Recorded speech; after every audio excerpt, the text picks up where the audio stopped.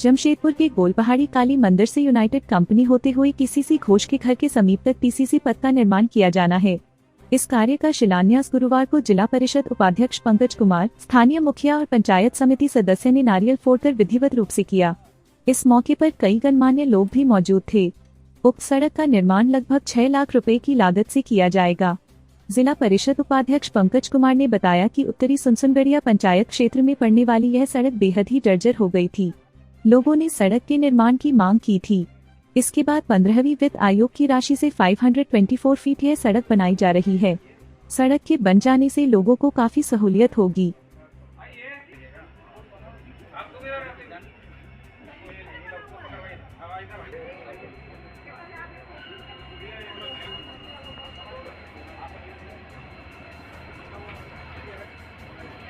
परिषद के तहत जो है हमारा क्षेत्र है और उत्तरी सुसनीगढ़िया पंचायत ये पड़ता है। यहाँ काली मंदिर से लेकर के केसीसी घोष के घर तक सड़क की स्थिति ठीक नहीं थी, जिसके चलते यहाँ के लोगों ने आग्रह किया कि सड़क को पीसीसी पथ बनवा दिया जाए और हम लोगों ने अपने 15 फाइनेंस के मद से इस सड़क को हम लोगों को दिया है।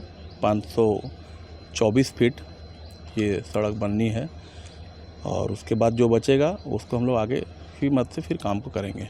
कितना लागत आएगा इसमें? लगभग 6 लाख कुछ रुपये का लागत है। उस चीज़ के निमित्त होना है काम।